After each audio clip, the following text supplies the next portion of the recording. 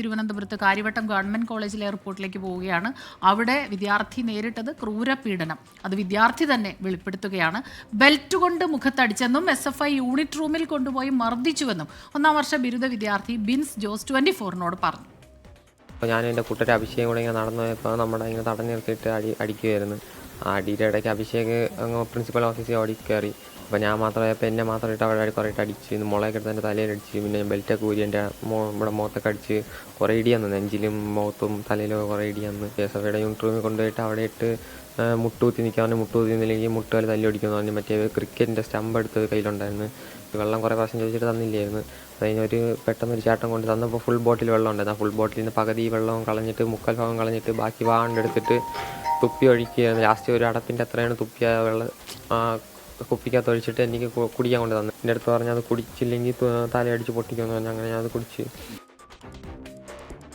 സംഭവത്തിൽ 7 3ാം വർഷ വിദ്യാർത്ഥികളെ കോളേജിൽ നിന്ന് സസ്പെൻഡ് ചെയ്തു. സംഭവത്തിൽ കൂടുതൽ വകുപ്പുകൾ ചുമത്താനാണ് കഴക്കൂട്ടം പോലീസിന്റെ തീരുമാനം. വിവരങ്ങളുമായി അജീഷ് ജയകുമാറാണ് ചേരുന്നത് തിരുവനന്തപുരത്ത് നിന്ന്. അജീഷ്, ഇത് കേൾക്കുമ്പോൾ തന്നെ നമുക്ക് വല്ലാതെ വേദനിക്കും. അപ്പോൾ അത് അനുഭവിക്കുന്ന ആളുടെ ഒരു വേദന ഒന്ന് ആലോചിച്ച് നോക്കണം. അതിക്രൂരമായാണ് ഈ വിദ്യാർത്ഥികൾ ഇങ്ങനെ ഉപദ്രവിച്ചിട്ടുള്ളത്.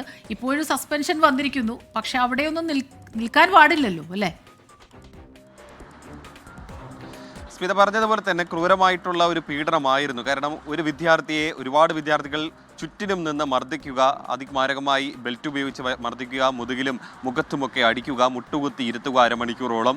അതിനുശേഷം തളർന്നു പോയ കുട്ടി വെള്ളം ചോദിച്ചപ്പോൾ തുപ്പിയ വെള്ളം കുടിക്കാൻ കൊടുക്കുക. അങ്ങനെ അതിക്രൂരമായിട്ടുള്ള ഒരു വിനോദമായിരുന്നു ഈ സീനിയർ വിദ്യാർത്ഥികൾ, 3ാം വർഷ SFI പ്രവർത്തകർ കൂടിയായ ഈ വിദ്യാർത്ഥികൾ ആ ക്യാമ്പസിനുള്ളിൽ നടത്തിയതെന്ന ഞെട്ടിക്കുന്ന വിവരമാണ് പുറത്തു വന്നത്. ഈ കഴിഞ്ഞ ഫെബ്രുവരി 11 ഈ സംഭവം നടന്നത്.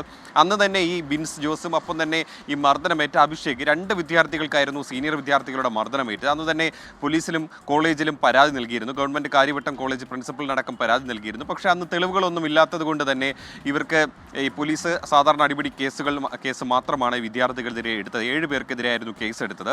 ആ കോളേജും ഈ വിദ്യാർത്ഥികൾക്കെതിരെ നടപടി എടുത്തിരുന്നില്ല. പിന്നീട് ഈ വിദ്യാർത്ഥിയുടെ പരാതിയിൽ ആൻറ്റി റാഗിംഗ് സെൽ ഒരു അന്വേഷണം നടത്തി. അന്ന് ഈ മർദ്ദനത്തിന് ഇരയായ വിദ്യാർത്ഥികൾ, അവരുടെ രക്ഷകർത്താക്കൾ, ഒപ്പം തന്നെ ഈ ആരോപണ വിധേയരായ വിദ്യാർത്ഥികൾ മറ്റു സഹപാഠികളോടൊക്കെ മൊഴി രേഖപ്പെടുത്തി. അവിടുത്തെ CCTV ദൃശ്യങ്ങളടക്കം വിശദമായി പരിശോധിച്ചതിന് ശേഷമാണ് ഇന്നലെ പ്രിൻസിപ്പലിന് ഒരു റിപ്പോർട്ട് നൽകിയത്. ആ റിപ്പോർട്ടിൽ പറയുന്നത് നടന്നത് റാഗിംഗ് തന്നെ എന്നായിരുന്നു. കാരണം അവിടുത്തെ CCTV ദൃശ്യങ്ങളിൽ ഈ വിദ്യാർത്ഥിയെ, ഈ ബിൻസ് ജോസിനെ നിർബന്ധപൂർവ്വം ഭീഷണിപ്പെടുത്തി കൂട്ടിക്കൊണ്ടു പോകുന്ന ദൃശ്യങ്ങളടക്കം ഉണ്ടായിരുന്നു.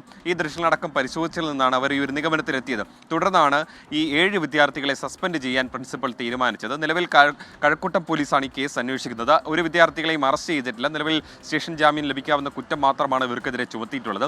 ഈ പ്രിൻസിപ്പലിന്റെ റിപ്പോർട്ട് കിട്ടിയതിന്റെ അടിസ്ഥാനത്തിൽ റാഗിംഗ് വകുപ്പുകൾ കൂടി ചുമത്തും. മാത്രമല്ല ഈ വിദ്യാർത്ഥികളെ കോളേജിൽ നിന്ന് പുറത്താക്കണമെന്നാവശ്യപ്പെട്ടുകൊണ്ട് KSU അടക്കമുള്ള വിദ്യാർത്ഥി സംഘടനകൾ കോളേജിലേക്ക് മാർച്ച് നടത്തിയിരുന്നു.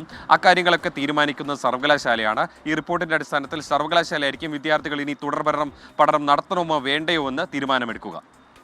ശരി, അജീഷ് ജയകുമാറാണ് വിവരങ്ങളുമായി നമുക്കൊപ്പം ചേർന്നത്. ഷഫീദിനോട് അത് പറയുമ്പോൾ അത് കേട്ടിരിക്കാൻ പറ്റുന്നില്ല. ശരിക്കും പറഞ്ഞാൽ ഇത് എന്താണ് സംഭവിക്കുന്നത് എന്നുള്ളതാണ്. അപ്പോൾ ഇതൊരു കോളേജിലോ അല്ലെങ്കിൽ ഒരു സ്ഥലത്തോ ഒതുങ്ങുന്ന കാര്യമല്ല എന്നുള്ളതാണ്.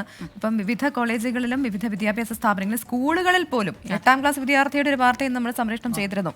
അപ്പോൾ സ്കൂളുകളിൽ പോലും സമാനമായ രീതിയിലുള്ള അക്രമം നടക്കുന്നുണ്ട്. അപ്പോൾ ഇതൊക്കെ അധ്യാപകരുടെ ശ്രദ്ധയിൽപ്പെടാത്തത് എന്തുകൊണ്ടാണ്? അതല്ല, ഇങ്ങനെ കുട്ടികൾ ചെയ്യുന്നുണ്ടെന്ന് രക്ഷകർത്താക്കൾക്ക് മനസ്സിലാക്കാൻ സാധിക്കുന്നുണ്ടോ എന്നുള്ളതും ഏറെ പ്രസക്തമായ ഒരു ചോദ്യമാണെന്ന് എനിക്ക് തോന്നുന്നു.